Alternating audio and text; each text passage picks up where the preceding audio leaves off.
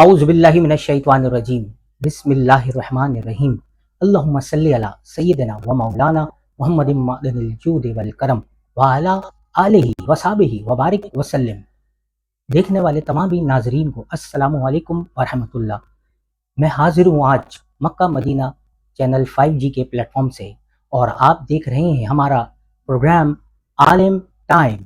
اور جیسا کہ آپ کو پتہ ہے کہ عالم ٹائم میں ہم ہمیشہ مختلف مستند علماء کرام کو مدعو کرتے ہیں اپنے اسٹوڈیو کے اندر، جو ہماری رہنمائی فرماتے ہیں۔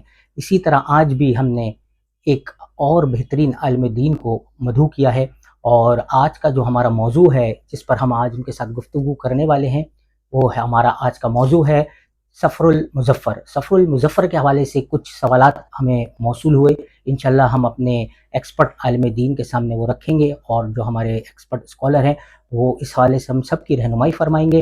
اور جیسا کہ آپ نے ہماری پہلے پوڈ کاسٹ دیکھی ہیں، ہماری پہلے پوڈ کاسٹ میں بھی آپ تشریف لا چکے ہیں، کسی تعارف کے محتاج نہیں ہیں۔ آج ہمارے ساتھ اگین دوبارہ سے ہمارے اس اسٹوڈیو میں موجود ہیں میری مراد جناب حضرت علامہ اسد حسین مہروی صاحب سے۔ السلام علیکم۔ وعلیکم السلام ورحمۃ اللہ وبرکاتہ۔ کیا حال چال ہے حضرت؟ اللہ کے فضل و کرم میں امید کرتا ہوں آپ بھی خیر و عافیت سے الحمدللہ الحمدللہ۔ میں بہت مشکور ہوں کہ آج ایک مرتبہ پھر مجھے اس خوبصورت پروگرام میں آپ نے مجھے مدعو کیا۔ جزاک اللہ جزاک اللہ۔ اللہ آپ بس ہماری اللہ تعالیٰ سے یہی دعا ہے کہ اللہ تعالیٰ آپ کے علم میں، رزق میں، عمر میں اور برکت عطا فرمائے، اور اسی طرح آپ دین مدین کی خدمت سر انجام دیتے رہیں۔ آمین آمین۔ اور آج کا جیسا میں نے آپ کو ابھی آپ کے علم میں ہوگا کہ ہمارا جو آج کا ٹاپک ہے، میں نے ابھی انٹرو میں بھی بتایا کہ آج کا ہمارا موضوع ہے سفر المظفر۔ تو سب سے پہلے تو یہ بتائیے کہ سفر المظفر کا جو نام سفر ہے یہ کیوں رکھا گیا ہے، اور اس کے ایکچوئل میننگ کیا ہے؟ بہت اچھا اور خوبصورت سوال آپ نے کیا۔ سب سے پہلے تو میں تمہیداً گفتگو کچھ کلمات عرض کروں گا کہ اللہ رب العزت کا کروڑا احسان ہے کہ اس نے ہمیں ایمان کی دولت سے سرفراز فرمایا ہے، اور اتنا خوبصورت دین ہمیں عطا فرمایا ہے کہ ہمارا دین زندگی کے ہر گوشے اور ہر پہلو کے حوالے سے ہماری رہنمائی کرتا ہے۔ بے شک بے شک۔ زندگی کا کوئی پہلو، کوئی گوشہ ایسے نہیں جس کے متعلق دین اسلام نے ہماری رہنمائی نہ کی ہو۔ بے شک۔ دین اسلام ہمیں اللہ کی ذات پر توکل اور یقین کرنا سکھاتا ہے۔ بے شک۔ دین اسلام ہمیں یہ سکھاتا ہے کہ ہم کبھی بھی بغیر کسی شرعی دلیل کے کسی چیز سے کوئی غلط نتیجہ اخذ نہ کریں، کسی کو غلط نہ سمجھیں۔ بالکل۔ میں چاہوں گا کہ ہمارے ناظرین کی طرف دیکھ کے ذرا آپ تھوڑا سا اس کو بیان کریں، تاکہ ناظرین یوں سمجھے کہ آپ بالکل انہی کو سمجھا رہے ہیں جیسے۔ جی بالکل ایسا ہی ہے۔ اب جیسا کہ ماہ سفر المظفر کے حوالے سے آپ نے مجھ سے سوال کیا ہے، تو ماہ سفر کے حوالے سے بھی یہ بات لوگوں میں بڑی عام ہے کہ اس مہینے کو منحوس سمجھا جاتا ہے، اور اس حوالے سے طرح طرح کی باتیں کی جاتی ہیں جس کی شریعت میں کوئی اصل نہیں ہے۔ انشاءاللہ تعالیٰ آگے چل کر ہم جی اس کے بھی سوالات ہیں کریں گے، لیکن آپ نے جو سوال کیا کہ ماہ سفر کو سفر کیوں کہتے ہیں، پہلے ہم اس کی وجہ آپ کے سامنے بیان کرتے ہیں۔ اصل میں سفر کا معنی ہوتا ہے خالی ہونا۔ اسلام میں 4 مہینے ہیں حرمت والے، رجب، اور پھر رجب کے بعد ہے ذوالقعدہ، ذی الحج اور محرم۔ یہ 4 مہینے اسلام میں حرمت والے ہیں، اور ان 4 مہینوں کی حرمت زمانے جاہلیت میں بھی تھی، یعنی اہل عرب بھی ان 4 مہینوں کا بڑا ادب احترام کیا کرتے تھے، اور وہ ان مہینوں میں قتل و غارت گری، فتنہ و فساد اور خون ریزی سے اجتناب کرتے تھے اور پرہیز کیا کرتے تھے۔ اب ہوا یوں کہ ایک مہینہ تو رجب ہے، اب رجب کا مہینہ آتا وہ جنگ و جدال سے رک جاتے، لیکن ایک مہینے کا انتظار بس، اس کے بعد پھر شعبان ہے، رمضان ہے، شوال ہے، کھلی چھوٹ۔ اچھا، اب ذوالقعدہ، ذی الحج اور محرم، یہ 3 حرمت والے مہینے ایک ساتھ ہیں، تو اب تھوڑا ان کا انتظار لمبا ہو جاتا۔ تو اب جب یہ 3 مہینے گزرتے تو محرم کے بعد سفر ہے۔ اب وہ لڑائی جھگڑوں کے لیے، جنگ و جدال کے لیے اور خون ریزی کے لیے گھروں سے باہر نکلتے، گھروں کو خالی کر دیتے، گھروں کو ویران کرتے، جنگیں لڑتے، بے شمار انسان قتل کر دیے جاتے، اور گھروں میں جو ہے بربادی اور ویرانی آ جاتی۔ تو اس وجہ سے اہل عرب نے جو ہے وہ اس مہینے کو منحوس والا کہنا شروع کر دیا، یعنی یہ مہینہ گھروں کو خالی کرنے کا مہینہ، اور اس کی طرف منحوسیت کی، نحوست کی نسبت کر دی، حالانکہ نحوست ان کے اپنے عمل میں ہے، نہ کہ اس مہینے میں کہ وہ جو جنگ و جدال کر رہے ہیں اور بے شمار انسانوں کا خون بہا رہے ہیں۔ یعنی اس کا مطلب یہ ہوا کہ سفر المظفر کا جو مہینہ ہے، جو ہمارے عام اور اسلامی مہینے ہیں، وہ بھی اسی کی طرح ہی ہے یہ بھی۔ جی، سفر کا مہینہ بھی جس طرح بقیہ اسلام کے اسلامی 11 مہینے ہیں، اسی طرح یہ بھی اسلامی ایک مہینہ ہے اور اس میں کسی قسم کی نحوست نہیں۔ سبحان اللہ، ماشاء اللہ۔ ناظرین آپ دیکھ رہے ہیں کس بہترین انداز سے علامہ صاحب آپ کو اور ہمیں سمجھانے کی کوشش کر رہے ہیں، اور مختصر سے وقف کے بعد انشاءاللہ ہم حاضر ہوتے ہیں دوبارہ۔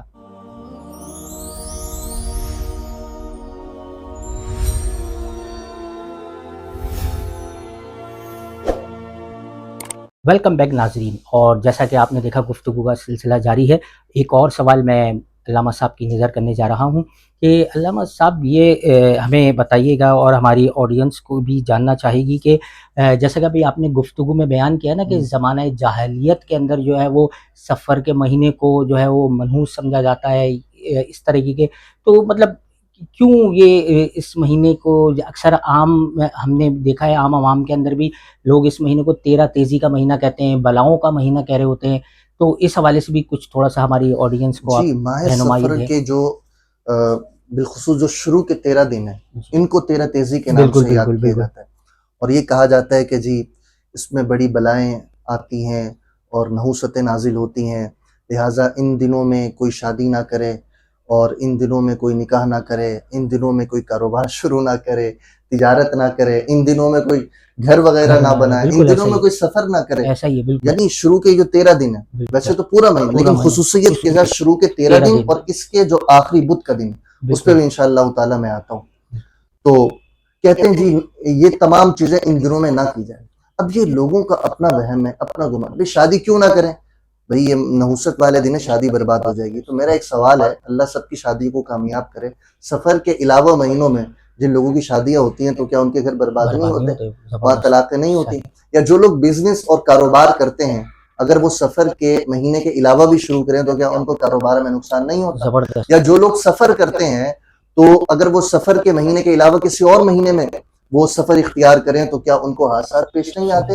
اصل معاملہ یہ کہ اللہ نے قرآن میں فرمایا قُل لَن يُصِيبَنَا إِلَّا مَا كَتَبَ اللَّهُ لَنَا، اے محبوب فرما دیجئے کہ ہمیں ہرگز نہیں پہنچتی مگر وہی چیز جو اللہ تعالیٰ نے ہمارے لیے مقدر فرمائی، اور ہوا مولانا، اور وہی ہمارا مددگار ہے، وَعَلَى اللَّهِ فَلْيَتَوَكَّلِ الْمُؤْمِنُونَ، اور اللہ ہی پر مومنین کو بھروسہ کرنا چاہیے۔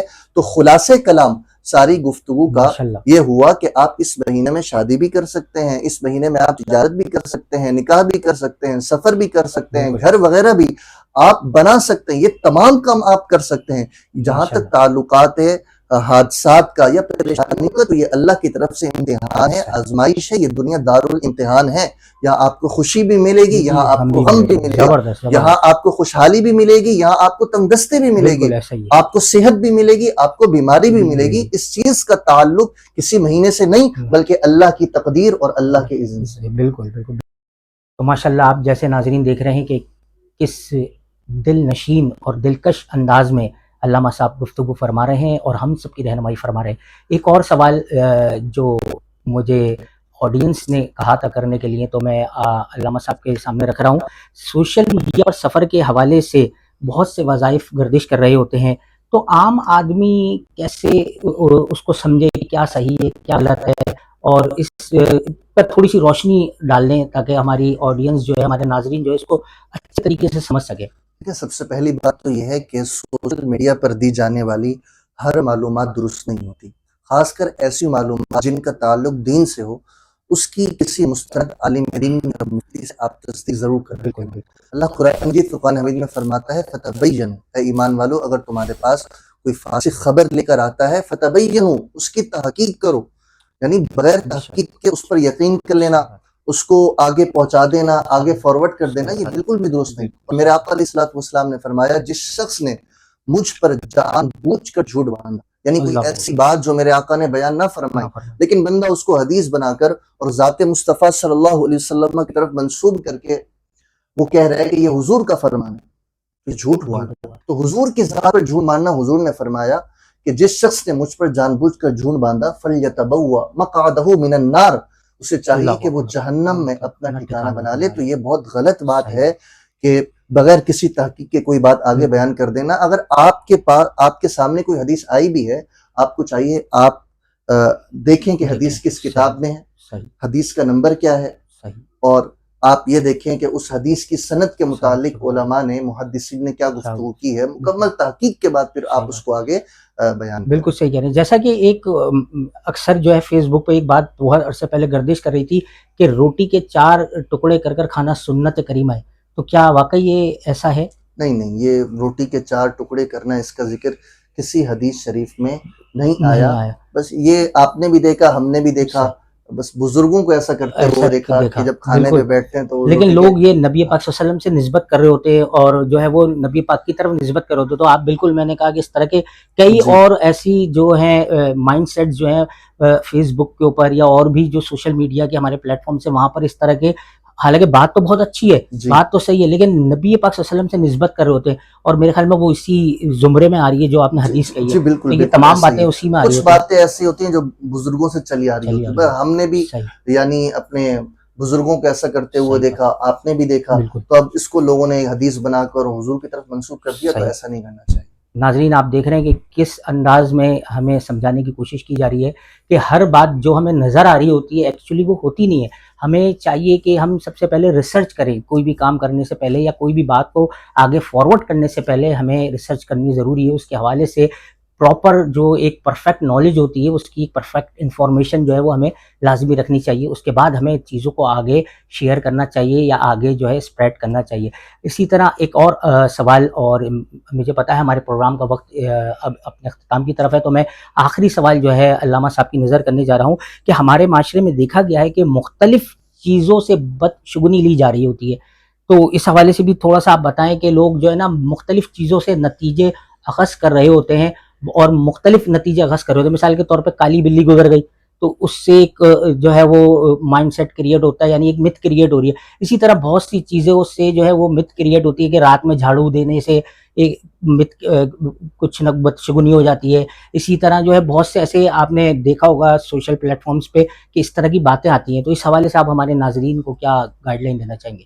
جی بالکل، آپ نے بہت اچھا سوال کیا. دیکھیں، سب سے پہلی اور بنیادی بات تو یہ ذہن میں رکھیں کہ اللہ قرآن میں فرماتا ہے ما اصاب من مصیبت فی الارض ولا فی انفسکم الا فی کتاب من قبل ان نبرأھا، کہ جو کچھ تمہیں پہنچتا ہے زمین میں یا تمہاری جانوں میں، یعنی کوئی بھی مصیبت تمہیں پریشانی پہنچتی ہے، اللہ فرماتے ہیں وہ کتاب میں لکھی ہوئی من قبل ان نبرأھا، پیدائش سے پہلے ہی. ان ذالک علی اللہ یسیر، اور یہ اللہ پر بڑا آسان ہے. پھر فرمایا لکی لا تأسوا، یہ سب کچھ پہلے کیوں لکھا ہوا ہے؟ لکی لا تأسوا علی ما فاتکم، تاکہ جو چیز تمہارے ہاتھ سے چلی جائے تم اس پر افسوس نہ کرو. ولا تفرحوا بما آتاکم، اور جو چیز تمہیں ملے اس پر تم اتراؤ نہیں، یعنی یہاں پر تکبر کی نفی ہے. اور جس غم سے منع کیا گیا وہ غم ہے کہ جس غم میں انسان کا توکل اور یقین اللہ کی ذات سے بالکل ختم ہو جائے. تو یہ بات مد نظر رہے کہ ہمیں جو کچھ مصیبت اور پریشانی پہنچتی ہے یہ تقدیر میں لکھی ہوئی ہے.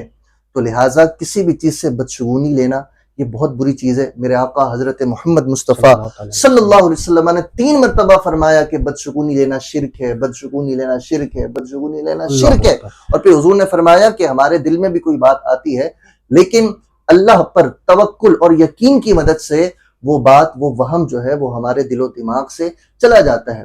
تو لہٰذا خام خامے بدشگونی لینا مختلف چیزوں سے، اچھا، اور یہ ایک عالمی بیماری ہے، صرف مسلمانوں میں نہیں بلکہ مختلف ممالک میں، پوری دنیا میں مختلف قسم کے لوگ جو ہے وہ مختلف چیزوں سے بدشگونی لیتے ہیں. جیسا کہ ابھی کچھ چیزیں آپ نے ذکر کی، بھئی رات کو جھاڑو نہیں دو، سامنے سے کتا گزر گیا، بلی گزر گئی تو بھئی اب تو بہت برا ہوگا. گھر میں الو آ کر بیٹھ گیا، الو نے آواز نکالی تو اس سے کوئی برا مطلب جو ہے نا وہ مراد لے لیتے ہیں. اور اسی طرح سورج گرہن ہو تو جی حاملہ عورت باہر نہ آئے، کوئی سخت کام نہ کرے ورنہ تو جو ہے وہ نقصان ہو جائے گا. آنکھ بھڑکنے کا بھی کچھ